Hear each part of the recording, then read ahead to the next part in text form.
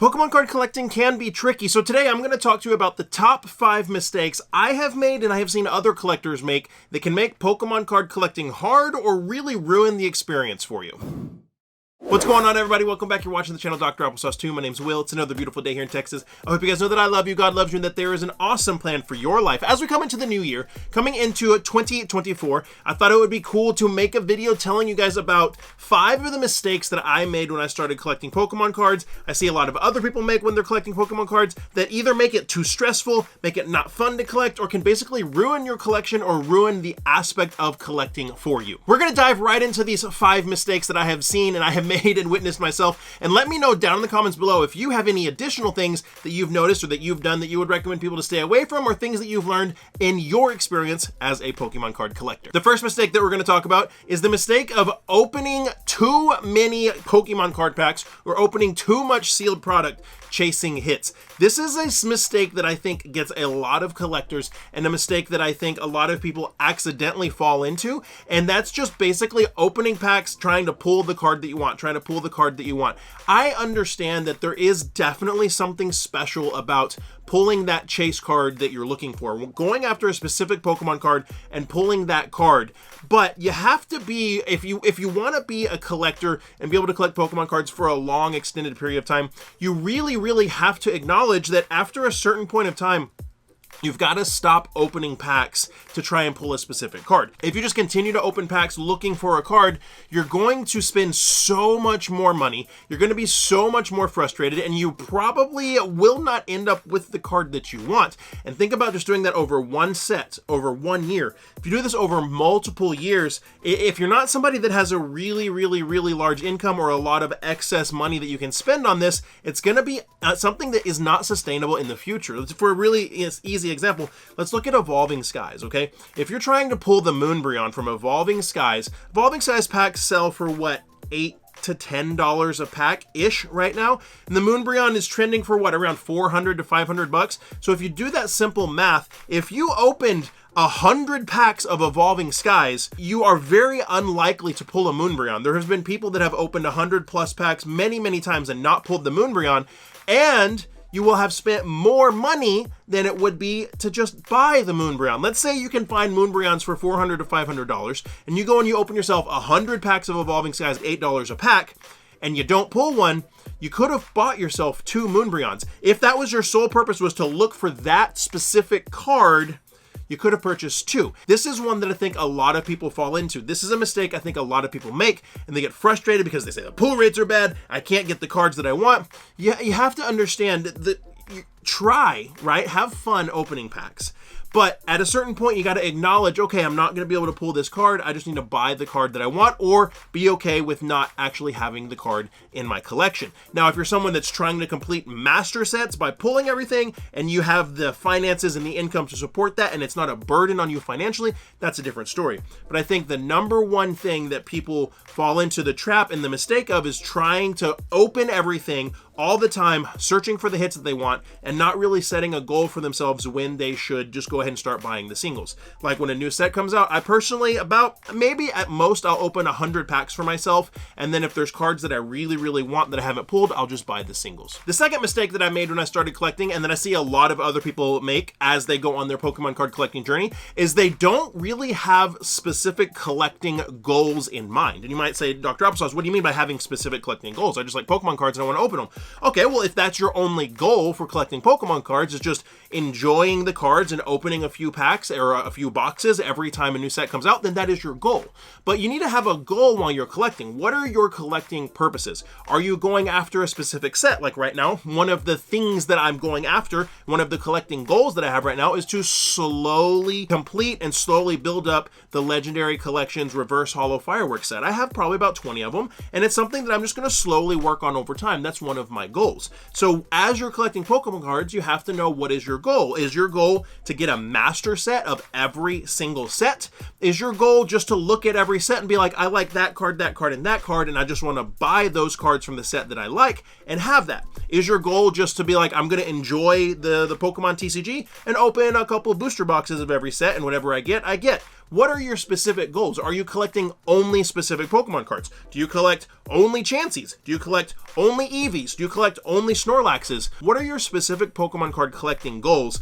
You gotta figure that out, because without knowing what your goals are, you're spending money in a bunch of places, and you look around and you'll be like, I have a bunch of stuff that I don't like, I don't want these things because I didn't have goals. And it's okay not to have goals. Most collectors don't really have a bunch of goals when they get started, but as you go along, you gotta set out your collection goals for yourself. And like for me personally, okay, some of my collection goals. I like to save a booster box of every new set, and a Pokemon Center Elite Trainer box of every new set sealed, so one day when I have, more room, I can display them all. That's one of my goals. I'm going after the Legendary Collections Reverse Holo set. That's another one of my goals. I collect Snorlax, Pikachu. That's another one of my goals. And if I like the set, I will allow myself to open 100 packs of that set if I like that set. And, I'll put in binders. I got all my binders over here, the cool cards that I hit. That's kind of my collecting goals as a Pokemon collector. So you got to know what your goals are so you can spend your money efficiently and appropriately and make it go, the furthest way possible. And that's a big mistake that I made when I started collecting, is I didn't have any goals. So make sure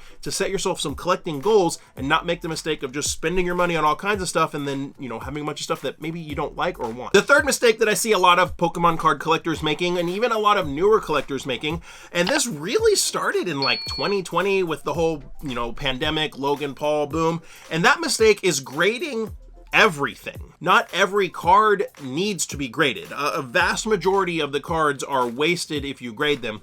But as a specific collector, you don't want your entire collection to be graded. If you want to sell something in the future, it might make it harder to sell if it's not a card that really should be graded. You don't have to grade everything. I just did my first grading submission probably in about a year, about 20 cards. I picked out 20 cards that I really, really liked, and I went to a local show, and Beckett was at the show, and I was like, okay, I'm going to come back the next day and drop my cards off. So I took those 25 cards, looked at them really, really close. I liked all of these cards, and I would have been happy to have them all graded.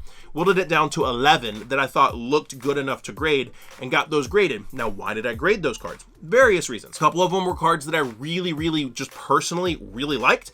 A couple of them were cards that were really valuable that I wanted to preserve or potentially hopefully get a 10 and be able to, potentially sell it for a good profit if I wanted to ever do that in the future. And some of them were a combination. Valuable cards that I really, really liked that I pulled myself. And so that's why I graded those cards. And that was the first submission in about a year. And so that's another mistake I see a lot of people making, is feeling like they have to grade everything. You don't have to grade everything. You should really only be grading things that you have that are either really valuable, that you want to grade. I'm not saying if you have valuable cards, you should grade them.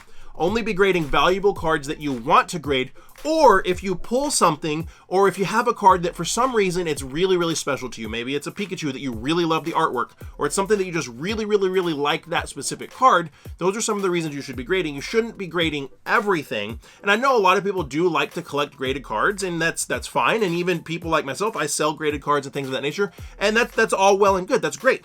But as a collector for yourself, for your personal collection, you don't have to grade everything. It's okay to have a bunch of graded cards, but don't feel like you need to grade everything. I've been working really hard to build some great relationships for English Pokemon card products and Japanese Pokemon card products over the past several years, and I finally built some great relationships. I'm going to start making product available and selling sealed product to people on a buy it now type of basis for really good prices. It just depends on the set, but all English cards are going to be under MSRP. And what we're going to be doing is this is all going to be available through my Patreon. It's going to be a way to support the channel, but it's also going to be a way for you watching, if you want to pay $5 a month, to be able to know, hey, when Paldean Fates comes out at the end of the month, Doc's going to have some stuff available. I should be able to get myself a couple ETBs or a case of ETBs or something like that at a good price, and know that I'm not getting scammed, that I'm buying from somebody that's reputable, that's helping them, it's helping me get a good price, all that good stuff. So later this week, I'm going to be doing a drop on my Patreon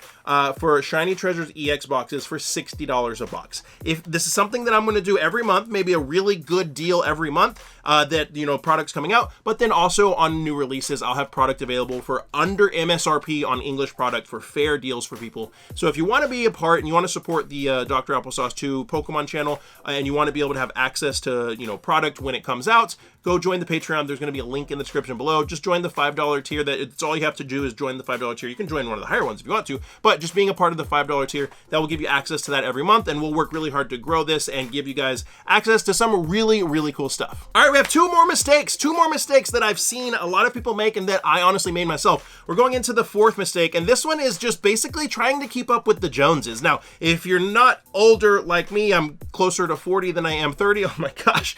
You might not know what it means to keep up with the Joneses. Basically, when I say trying to keep up with the Joneses, it means trying to keep up with everybody else. Trying to keep up with everybody and all the fancy, shiny, expensive things that they have.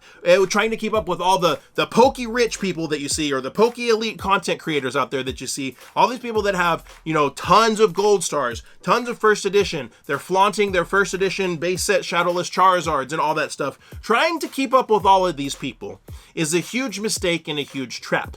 Feeling like you have to have those types of cards to be a good Pokemon card collector and enjoy yourself is a mistake and a trap. You don't have to keep up with the Joneses, so to speak. You don't have to keep up with other influencers and content creators and people out there that have these crazy, insane collections and expensive cards in order to have fun.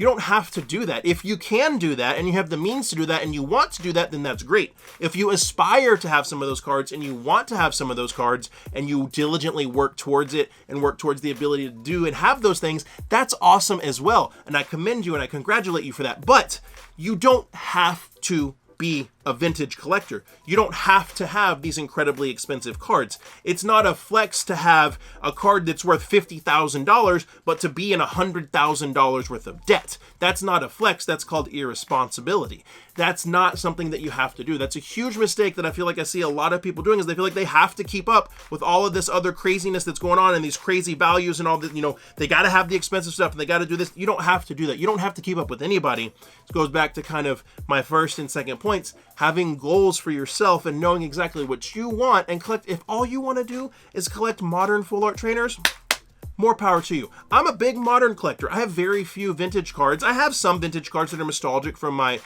childhood. You can see my base set unlimited big 3 right there. I have a few, but I like to collect modern. Why? Because I can afford to buy it and open it. And that's basically the gist. If that's what you can do and that's what you can afford, that's awesome. You don't have to keep up with the Joneses. You don't have to keep up with the Poke Elite. You don't have to keep up with the Poke-rich content creators that are out there opening $500 booster packs all the time. You don't have to do that. There's nothing wrong with any of that. And there's nothing wrong with those people that do that. More power to them. But you don't have to be that way if you can't. And the biggest mistake that I see a lot of people have, and again, I don't ask me, I made these mistakes as well, okay?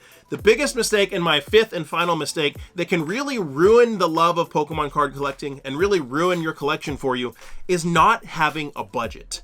Specifically setting yourself either a weekly budget or a monthly budget. I would recommend a monthly budget. That's because I do a monthly overall household budget. Set yourself a monthly budget on what you can spend for your Pokemon card collection. What can you afford? Can you spend $200? Can you spend $50? Can you spend $1,000? What is your monthly budget for collecting Pokemon cards, and stick to it? And there's a big reason why I say have a budget and stick to it. I personally have a budget, but the big reason that you should stick to your budget is because if you're going over budget, if you're going into debt by collecting Pokemon cards, what's going to happen every time you look at that booster box that you spent $3,000 on, but you're in debt to your ears and you have debtors and creditors calling you all the time and you're in debt all over the place? You're going to look at that and you're not going to get joy out of it. You're going to get stressed out.